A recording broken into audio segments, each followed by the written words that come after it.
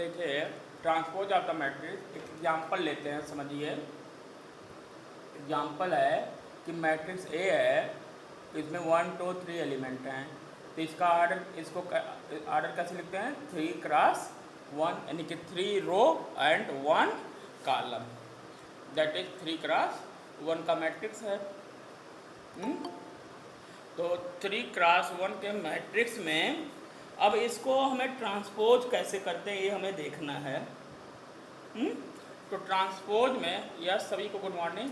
Transpose में क्या करते हैं, जो आपके ये देखिए 3 रो है, अब 3 कॉलम बन जाए और 1 रो बन जाए, यानी इस मैट्रिक्स को इस तरीके से लिखें, एक मैट्रिक्स बी, इसी सारे एलिमेंट को इस तरीके से लिखते हैं 1 2 3, मतलब जो आपके 3 रो थे अब क्या हो गए, 3 कॉलम में हो गए, और रो कितने हो गए, 1, यानी कि जो रो के एलिमेंट थे वो कॉलम में चले गए। ठीक है, तो इसको आप बोलेंगे मैट्रिक्स 1x3। तो ध्यान दीजिए, तो हम कहेंगे B इज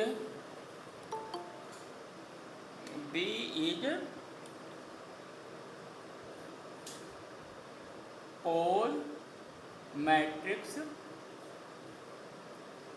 ऑफ ए, और इसको डिनोट करते हैं ऐसे, बी को कैसे डिनोट करेंगे, बी से, यानी कि बी इज ट्रांसपोज ऑफ ए, मतलब जो रो के एलिमेंट थे वो किस में हो गए, कॉलम में, that is called transpose of the matrix.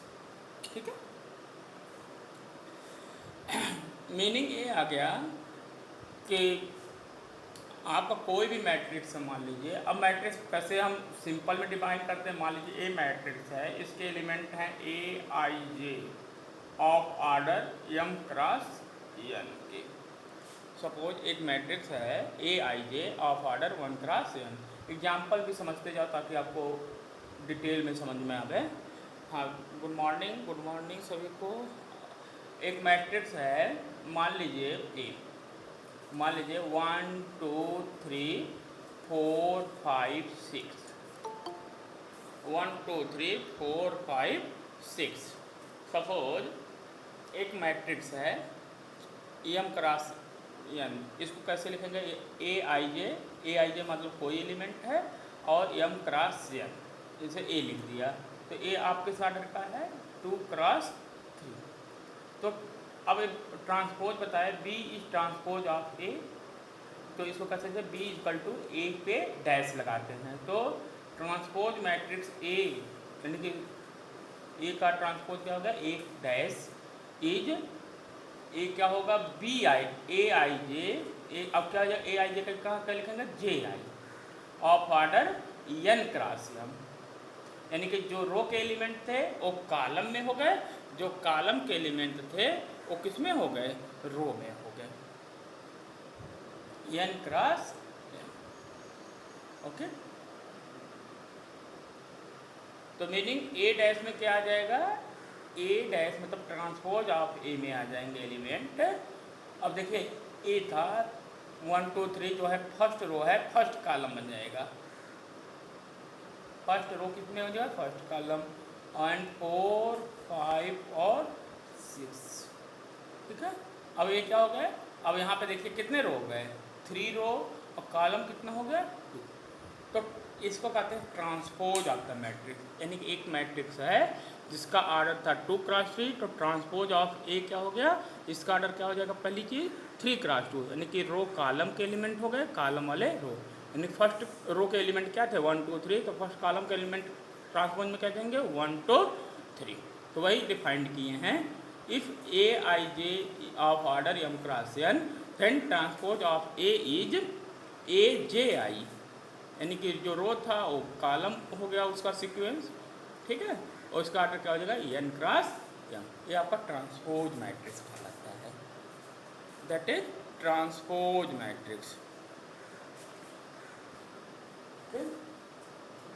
तो इसको आप लिख भी सकते हैं, मान लीजिए एक मैट्रिक्स है Aij of order m×n,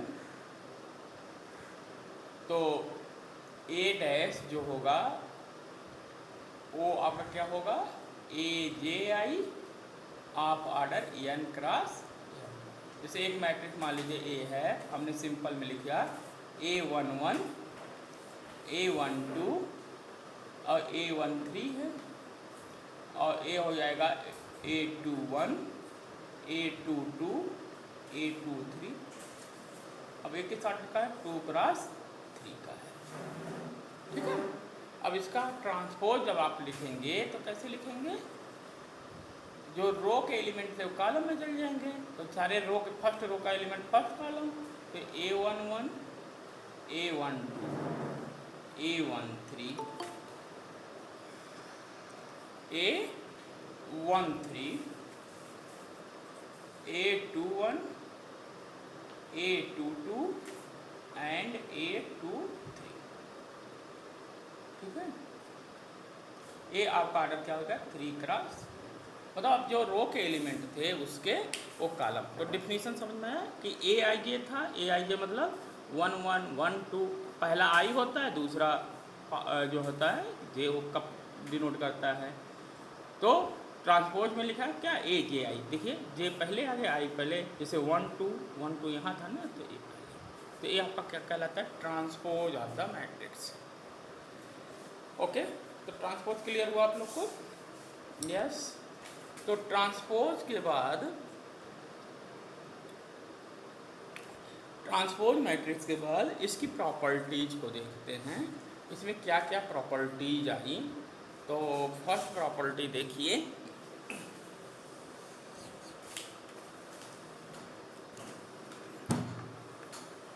first property जो है आपका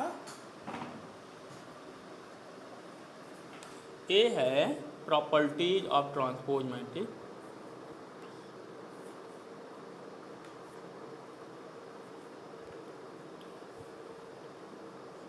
ट्रांसपोज मैट्रिक्स,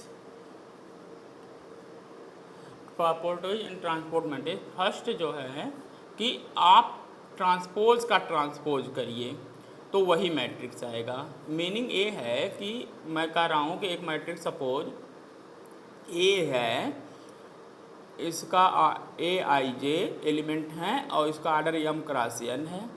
जरा इसका ट्रांसपोज करेंगे तो क्या हो जाएगा बताइए, ए आ जाएगा ए जे आई और ऑर्डर क्या हो जाएगा n क्रॉस m हो जाएगा, ठीक है। अब इसका फिर एक बार ट्रांसपोज करिए इसका, तो क्या हो जाएगा, अब आई फिर इधर आ जाएगा ए आई जे और ऑर्डर क्या हो जाएगा, ए आ जाएगा, m पहले आ जाएगा n बाद में आ जाएगा। तो यही मैट्रिक्स ए ही है ना।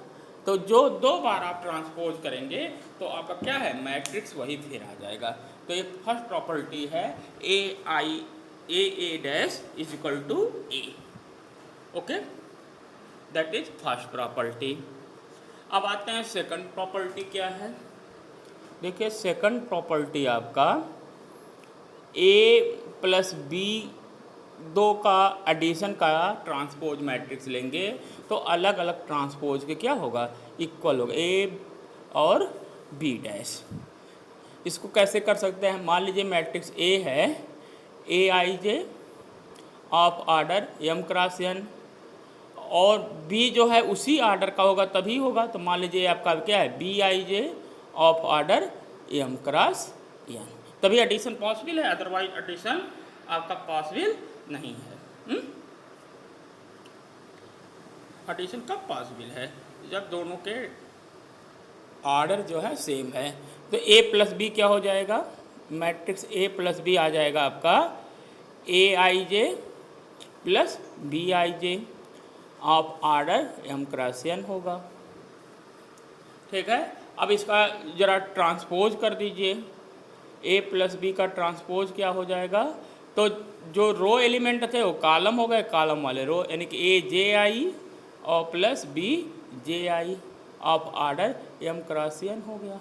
तो दोनों को अलग अलग भी लिख सकते हैं, A I J I of order m cross n और plus B J I of order m cross n, है ना। तो मीनिंग क्या हो गया, ये आपका ए ट्रांसपोज ऑफ ए लिखा है और ये क्या लिखा ट्रांसपोज ऑफ बी लिखा है। तो मीनिंग क्या है कि आपका दो मैट्रिक्स के एडिशन का ट्रांसपोज उनके अलग अलग ट्रांसपोज के एडिशन के क्या हो गया, इक्वल। ये सब इम्पॉर्टेंट आपके एस्पेक्ट हैं प्रॉपर्टीज में कि दो मैट्रिक्स के ट्रांसपोज का एडिशन उनके अलग अलग ट्रांसपोज के एडिशन के क्या होता है, इक्वल हो जाता है। ठीक है, नेक्स्ट आता है, नेक्स्ट प्रॉपर्टीज का कांस्टेंट के साथ आप मल्टीप्लाई करिए। नेक्स्ट प्रॉपर्टी है कांस्टेंट के साथ मल्टीप्लाई करिए तब क्या आएगा। प्रॉपर्टी जरूर याद रखिएगा, कांस्टेंट के साथ मान लीजिए मल्टीप्लाई कर दीजिए। थर्ड प्रॉपर्टी इसकी है जैसे के ए का ट्रांसपोज, यानी के एक स्केलर कांस्टेंट है, ये हो जाएगा के ट्रांसपोज मैट्रिक्स ए, के ए स्केलर नॉट जीरो। ठीक है, मतलब एग्जाम्पल जैसे कोई भी मैट्रिक्स का मान लीजिए मैट्रिक्स है A I J of order M cross N और के से इसमें मल्टीप्लाई कर दीजिए तो क्या हो जाएगा, के ए क्या आ जाएगा बताइए।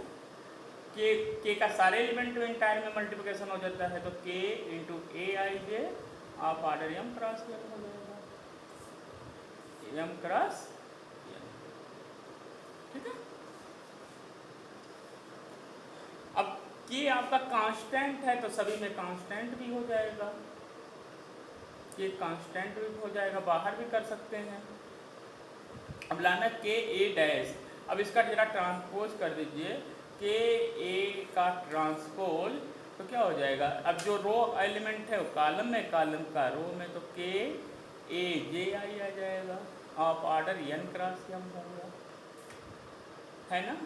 अब के कांस्टेंट सभी में तो के बाहर भी हो जाएगा तो क्या आ जाएगा, के J I of order N cross M. और ये क्या है, के और जे आई क्या है आपका मैं ट्रांसपोज ऑफ ए मैट्रिक्स है, यानी आप कह सकते हैं के ए डैश इक्वल टू के ए डैश का ये आपका एक अलग हो गया कि स्केलर पे, यानी स्केलर का पहले मैट्रिक्स में मल्टीप्लिकेशन करके उसका ट्रांसपोज करिए या ट्रांसपोज करके स्केलर का मल्टीप्लिकेशन करिए, हमेशा वैल्यू क्या होगा, इक्वल आएगा।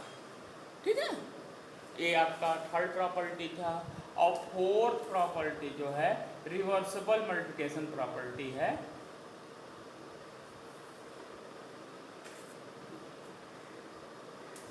रिवर्सिबल मल्टीप्लिकेशन प्रॉपर्टी, इसमें कहते हैं कि ए बी का डैश का ट्रांसपोज करेंगे, ए ट्रांसपोज बी डैश ए, यानी कि ए बी का ट्रांसपोज का करेंगे तो पहले क्या होगा, बी का ट्रांसपोज इंटू ए का ट्रांसपोज। समझ में आ रहा है ना कैसे। मान लीजिए ए आपका मैट्रिक्स है, ए है ए आई जे आप ऑर्डर एम क्रॉस एन है, और बी मैट्रिक्स मान लीजिए आप ऑर्डर बी। अब मल्टीप्लिकेशन कब संभव होता है, जब इसके कॉलम एलिमेंट सेम होते हैं। बी के ऑफ ऑर्डर क्या हो जाएगा, एन क्रॉस के, तभी मल्टीप्लिकेशन ए बी पॉसिबल है ना, तभी ए बी पॉसिबल है। तो ए बी क्या हो जाएगा, ए बी मैट्रिक्स मान लीजिए आ गया सी आई के, मतलब आई इसका के इसका, ऑफ ऑर्डर क्या हो जाएगा, एम क्रॉस के आ जाएगा। एन आपका क्या होता है, बीच में एलिमिनेट हो जाता है। ये तो आप मल्टीप्लिकेशन में क्लियर है। सी आई के, अब इसका देखिए ये तो ए बी है, अब इसका ट्रांसपोज करेंगे तो क्या हो जाएगा, ए बी ट्रांसपोज करेंगे तो ए आ जाएगा सी K I of order K cross M आएगा, of order K cross M. Okay, अब देखो आप इधर से देखिए प्रॉपर्टी में, अब यहाँ पे ए डैश, अब यहाँ पे बी डैश ए डैश देखिए क्या आता है, बी डैश, बी डैश मतलब हो गया ए, यानी कि बी के जे ऑफ ऑर्डर क्या हो जाएगा, के क्रॉस एन आ जाएगा।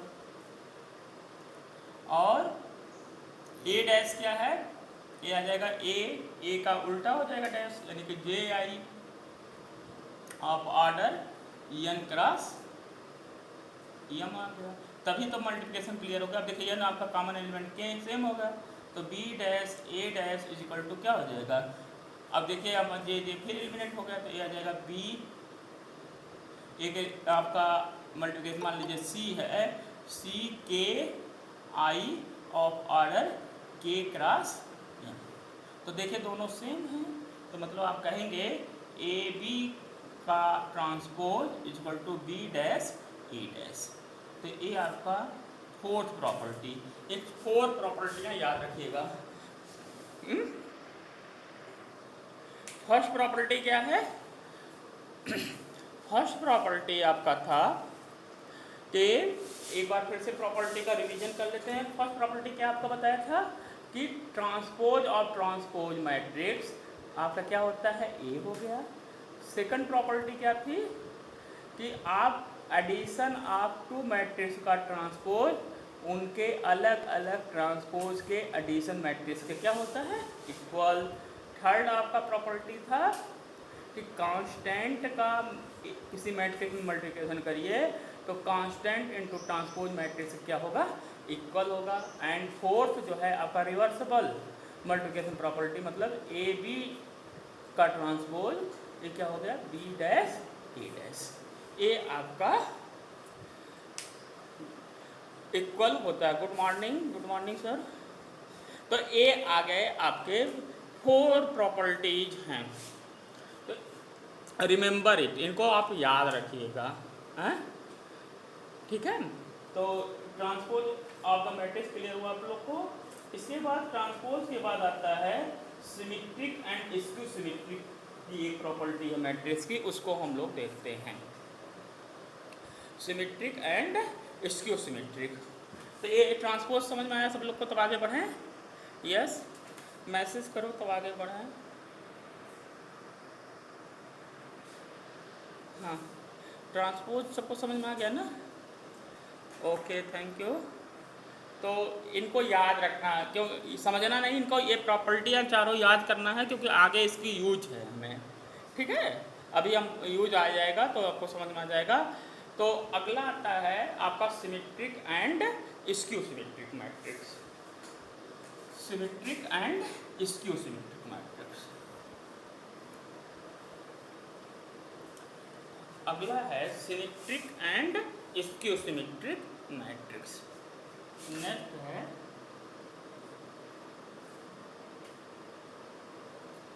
Symmetric and skew symmetric matrix, ठीक है। सिमेट्रिक और स्क्यू सिमेट्रिक मैट्रिक्स क्या होते हैं, तो फर्स्ट देखिए इसको कैसे डिफाइन किया गया है। पहले हम सिमेट्रिक को डिफाइन करते हैं। सिमेट्रिक मैट्रिक्स, ठीक है, सिमेट्रिक मैट्रिक्स फर्स्ट इसको डिफाइन किया गया। कैसे मैट्रिक्स होते हैं, ए स्क्वायर मैट्रिक्स, क्या है, ए स्क्वायर मैट्रिक्स। पहला सिमेट्रिक एंड स्क्यू सिमेट्रिक की फर्स्ट डिफिनीशन है। पहला क्या होना चाहिए, ये नेसेसरी कंडीशन है, जब स्क्वायर होगा तभी आगे का काम होगा, सिमेट्रिक होगा या नहीं होगा। तो पहला है कि a square matrix is symmetric matrix, ठीक है। पहला मैंने क्या बताया, इसको रिमेंबर याद करिए, ये नेसेसरी है, जरूरत है, यही पहला कंडीशन है। नेसेसरी मतलब ये ज़रूरत है, ठीक है। मतलब जब आप नेसेसरी मतलब क्या हो गया, जैसे आप +2 में रहेंगे तभी आप मैट्रिक्स पढ़ेंगे ना, तो नेसेसरी होगा कि आप पहले +2 के स्टूडेंट हों। ऐसे ही सिमेट्रिक मैट्रिक्स के लिए स्क्वायर मैट्रिक्स होना ज़रूरी है, तभी वो सिमेट्रिक होगा। कब होगा आप देखिए, a square matrix is symmetric matrix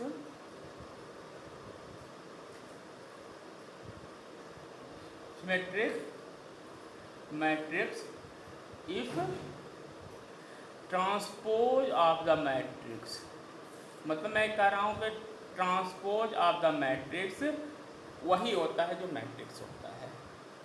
ठीक है, transpose of the matrix is same matrix. इसके मतलब क्या हो गया? इसके मतलब हो गया, जैसे एग्जाम्पल से पहले समझिए तब फिर इसको हम डिटेल में कराते हैं। जैसे एक मान लीजिए एक मैट्रिक्स स्क्वायर मैट्रिक्स है, मान लीजिए 1 2 2 3 है ना। ये क्या है आपका? एक स्क्वायर मैट्रिक्स है ऑफ ऑर्डर 2। ये ऑर्डर 2 का एक स्क्वायर मैट्रिक्स है, कोई दिक्कत नहीं ना। अब इसका जरा ट्रांसपोज करिए तो क्या आएगा?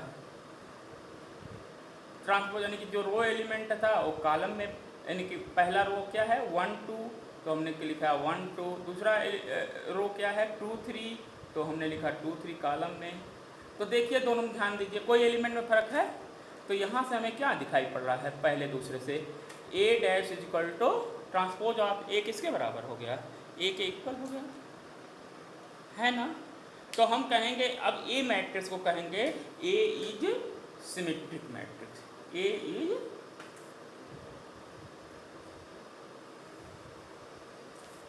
Symmetric matrix.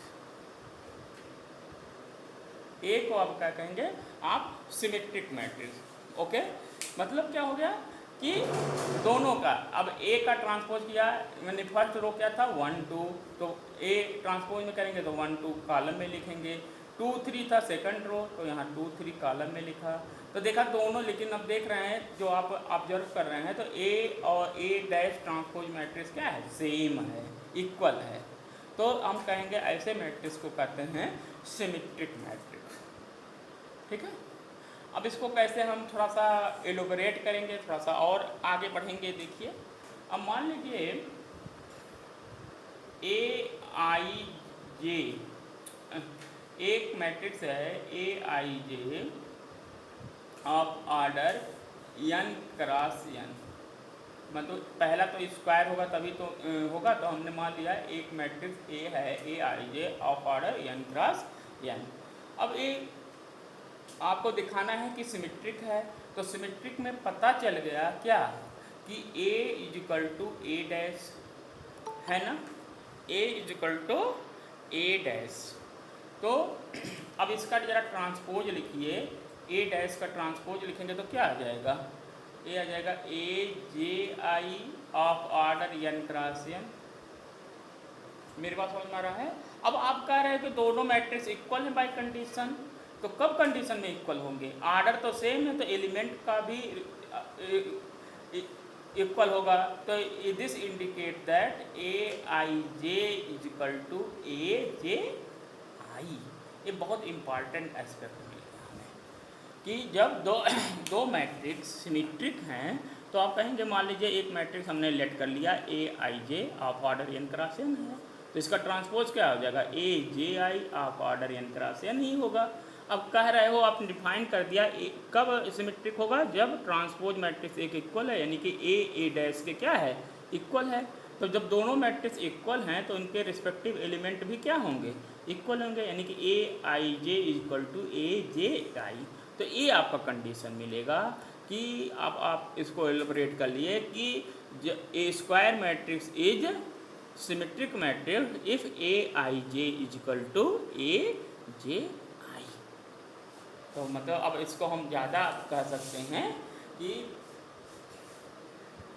A is a square matrix, square matrix is symmetric,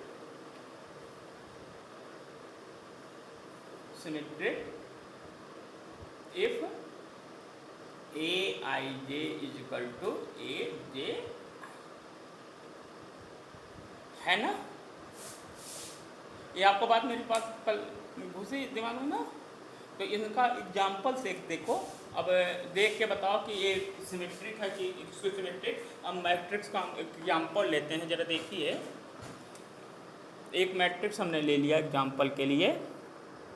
मान लीजिए एक मैट्रिक्स है 1 2 3, यहाँ ले लिया 2 5 7, यहाँ ले लिया 3 7 6।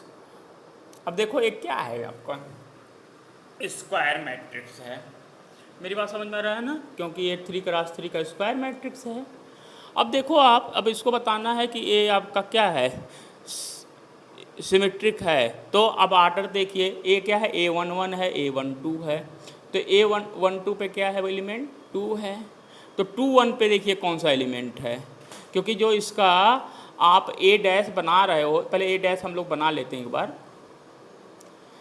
ए डैश बना लेते हैं। तो ए डैश क्या होगा, देखिए जो रो के एलिमेंट थे फर्स्ट रो के, फर्स्ट कॉलम बन गया, तो 1 2 3 हो जाएगा, ठीक है। और इसका क्या होगा, सेकंड रो क्या है 2 5 7, तो कॉलम में बन गया 2 5 7, थर्ड क्या हो गया 3 7 6।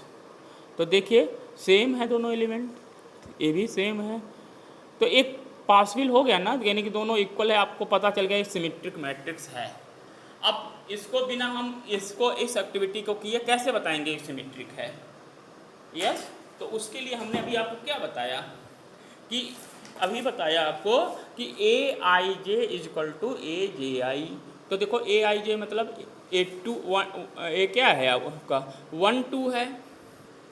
मैट्रिक्स ए में देखिए, मैट्रिक्स ए में हम देख रहे हैं, तो कैसे बताएंगे, A12 देख रहे हैं तो क्या आ रहा है आपको पता चला 2 है। अब A21 देख रहे हैं तो पता चल रहा है फिर ए भी 2 है, देखिए ए भी 2 है, ए भी 2 है ना। ऐसे ही हमने देखा A13 देख रहे हैं क्या है, A13 देख रहे हैं 3 है, तो A31 क्या है, ए भी 3 है। ऐसे ही A23 देखिए, A23 क्या है 7 है, A23 7 है, और 32 देखो ए भी 7 है। तो मीनिंग क्या है कि A I J is equal to A J I, A I J is equal to A J I, A I J is equal to A J I है। तो मतलब कि आप इसको देख के बता पाओगे कि दोनों मैट्रिक्स क्या है, सिमेट्रिक है। कहाँ कहाँ से देख के बताओगे 3 ऑर्डर में, देखिए इसको देखोगे, इसको देखोगे, क्या सेम एलिमेंट है, ए एलिमेंट इस एलिमेंट को देखोगे सेम एलिमेंट है, इस वाले को देखोगे सेम है, तो आप कहोगे कि दोनों मैट्रिक्स क्या हैं, सिमेट्रिक हैं। अगर इनमें से कोई भी आपके सेट नहीं इक्वल हैं तो आप कहोगे ये सिमेट्रिक नहीं है। That is the property of the symmetric matrix. Okay, next है आपका स्क्यू सिमेट्रिक। स्क्यू सिमेट्रिक को देखो कैसे देखते हैं, अगला है skew symmetric matrix.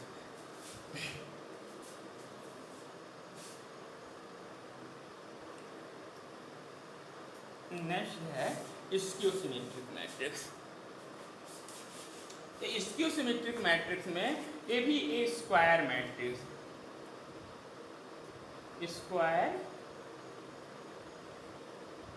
Square matrix is skew symmetric. Skew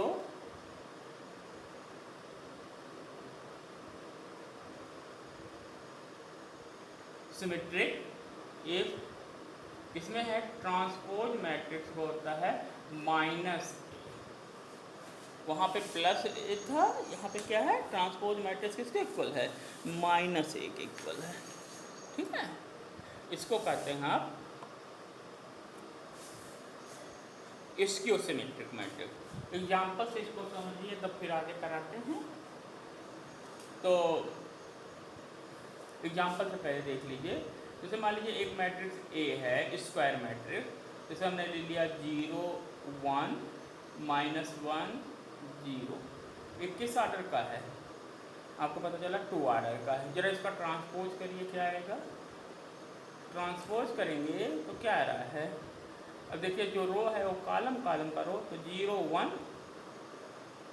-1 और 0 आ जाएगा ये, ओके।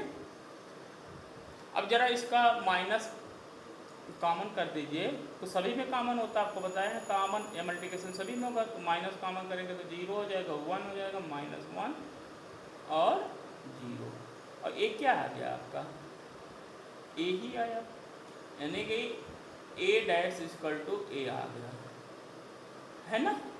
तो आप कहेंगे ए को क्या बोलेंगे, अब ए को आप बोलेंगे स्क्यू सिमेट्रिक, इसको क्या बोलेंगे, स्क्यू सिमेट्रिक,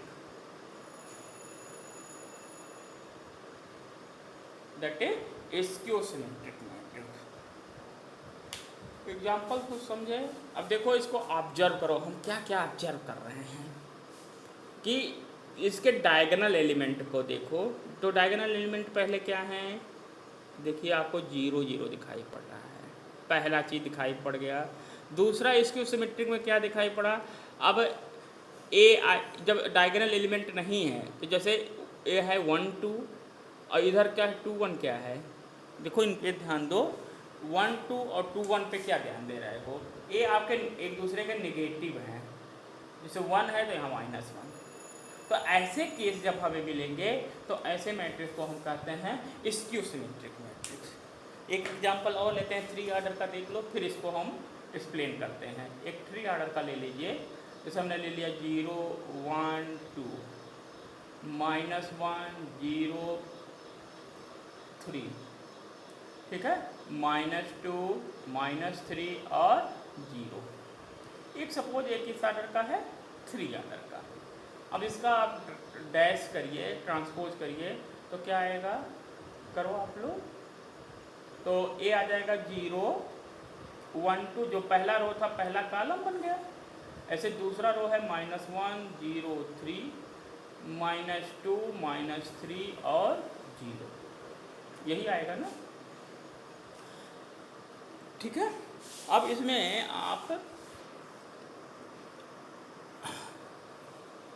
आप इसमें माइनस कॉमन कर दीजिए, तो क्या आएगा, 0 1 2 -1 0 3 -2 -3 और 0। और एक्चुअली क्या है, मैट्रिक्स ए ही है। तो मीनिंग यहाँ से आ गया कि A dash is equal to -A, तो इस प्रॉपर्टी को होल्ड कर रहा है। तो आप क्या कहेंगे कि ए आपका स्क्यू सिमेट्रिक मैट्रिक्स है। अब देखो ध्यान से, आप इसको ऑब्जर्व करो फिगर से, तो देखिए क्या है, ए 1 है तो ए -1 है, ए 2 है तो ए आपका क्या है, -2 है, ए आपका 2 3 जो है 3 है, तो 3 2 क्या है आपका -3। यानी एक दूसरे के क्या है, जैसे सिमेट्रिक में था कि सेम एलिमेंट आते थे, यहाँ पे माइनस आता है, बात समझ में आ रहा ना। और दूसरा क्या आ रहा है, डायगोनल एलिमेंट को देखिए, ए 0 0 0 और डायगोनल एलिमेंट क्या आ रहे हैं आपके, 0 आ रहे हैं। तो कुछ समझ में आ रहा है, यानी कि कुछ है। तो एलिमेंट के आधार पे हम कैसे इसको डिफाइन करेंगे, देखो। तो जैसे मान लीजिए एक मैट्रिक्स आपका है, suppose AIJ of order n cross n, क्योंकि स्क्वायर मैट्रिक्स तो होना ही है, ओके।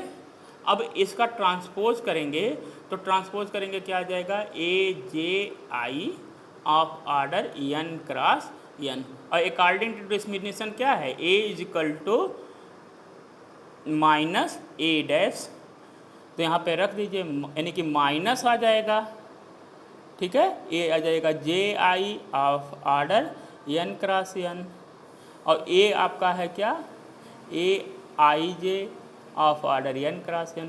अब कह रहे हैं दोनों मैट्रिक्स इक्वल, यानी कि दोनों के करस्पॉन्डिंग एलिमेंट भी क्या होंगे, इक्वल। तो this implies that AIJ is equal to -JI, है ना। तो यही चीज़ हम आपको दिखा रहे थे कि जब आपके IJ जो एलिमेंट क्या है आपके, माइनस एक दूसरे के होते हैं, ठीक है। अब डायगोनल एलिमेंट को देखो, इन डायगोनल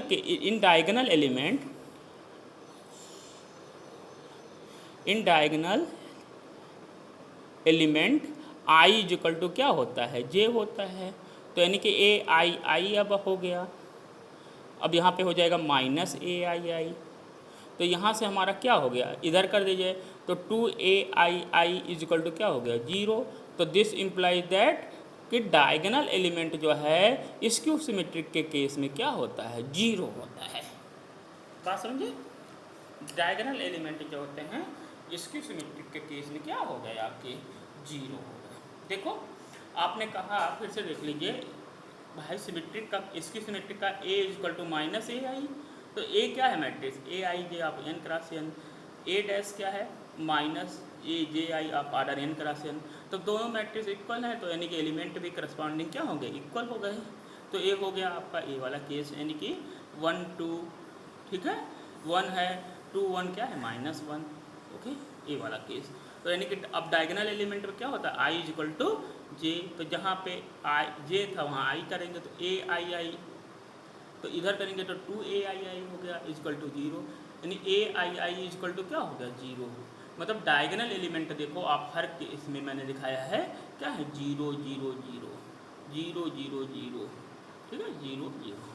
तो ये आपका symmetric and skew symmetric matrix हुए। मैं समझता हूँ आपको समझ में आया होगा सिमेट्रिक और स्क्यू सिमेट्रिक। बोलिए।